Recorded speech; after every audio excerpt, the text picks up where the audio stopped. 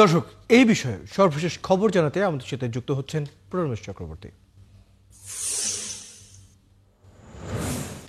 প্রণবেশ, চট্টগ্রামের মহানগর বিএনপি আহ্বায়ক ও চট্টগ্রাম ৮ আসনের প্রার্থী এরশাদুল্লাহ এই মুহূর্তে কেমন আছেন, কি সর্বশেষ খবর সেখানকার?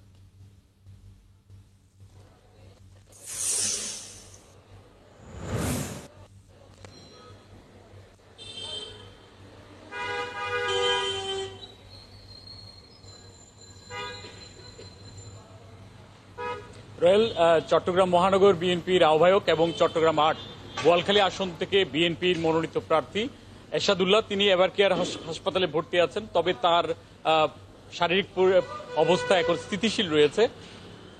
অন্যদিকে এখনো পর্যন্ত কাউকেই গ্রেপ্তার করতে পারেনি এই ঘটনায় যে সরোয়ার আলম বাবলা নামে একজন নিহত হয়েছেন, সরোয়ার হোসেন বাবলা, সে আসলে চট্টগ্রামের টপ লিস্টেড একজন সন্ত্রাসী। 15টি মামলা, তার হত্যা সহ বিভিন্ন মামলা রয়েছে। এবং এই ঘটনায় আরেকটি সন্ত্রাসী গ্রুপ সাজ্জাদ বাহিনী, শীর্ষ সন্ত্রাসী চট্টগ্রামের, তার গ্রুপ জড়িত বলে ধারণা করা হচ্ছে। এরশাদুল্লাহ যখন গতকাল নির্বাচনী প্রচারণা চালাচ্ছিলেন তখন ভিড়ের মধ্যে মিশে গিয়ে সারোয়ারকে লক্ষ্য করে গুলি করা হয়েছে বলে পুলিশের বক্তব্য এবং তাকে হত্যার উদ্দেশ্যে হামলাটি চালানো হয়েছিল।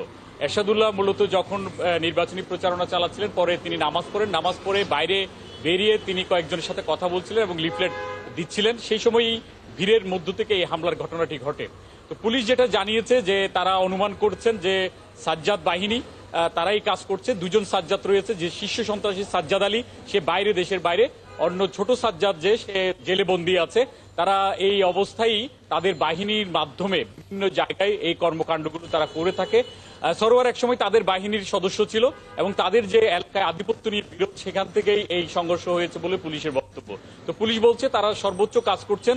একই সাথে তারা এটা বলেছেন যে এই ঘটনার পর থেকে নির্বাচনী কোনো প্রচারণা চালানোর আগে 24 ঘন্টা আগে পুলিশকে বলার জন্য যে জায়গায় নির্বাচনের প্রচারণা চলবে তারা যদি অবহিত থাকেন তাহলে তারা সেভাবে নিরাপত্তা দেবেন। এটা সিএমপি কমিশনারের পক্ষ থেকে আহ্বান জানানো হয়েছে রাজনৈতিক দলগুলোর প্রতি। অন্যদিকে বিএনপি বলেছে যে সারোয়ার তাদের কর্মী নয় এবং এই ঘটনায় তারা যারা সন্ত্রাসী তারা মূলত বিএনপির যে নির্বাচনের প্রচারণা এবং তাদের জয়ী হওয়ার যে সম্ভাবনা সেটাকে বিনষ্ট করার জন্য হামলা হয়েছে বলে বিএনপি নেতাকর্মীরা দাবি করেছেন এবং তারা যারা এই ঘটনায় হামলার সাথে জড়িত তাদের গ্রেপ্তার করে দ্রুত আইনের আওতায় এনে যথাযোগ্য শাস্তি নিশ্চিত করার আহ্বান জানিয়েছেন। আমরা আশা করব প্রণবেশ চক্রবর্তী যথাযথ দায়রা এই বিষয়ে যথাযথ শাস্তি ভোগ করবেন। খবর রাখতে থাকুন, প্রয়োজনে পরবর্তীতে আবারও যুক্ত হবো আপনার সাথে। দর্শক, আমাদের সাথে আমাদের সহকর্মী প্রণবেশ চক্রবর্তী যুক্ত হয়েছিলেন চট্টগ্রাম থেকে। নির্বাচনী গণসংযোগে করার সময় গুলিবিদ্ধ হয়েছেন মহানগর বিএনপির আহ্বায়ক ও চট্টগ্রাম ৮ আসনের প্রার্থী এরশাদুল্লাহ। তার সর্বশেষ খবর আমরা জানছিলাম।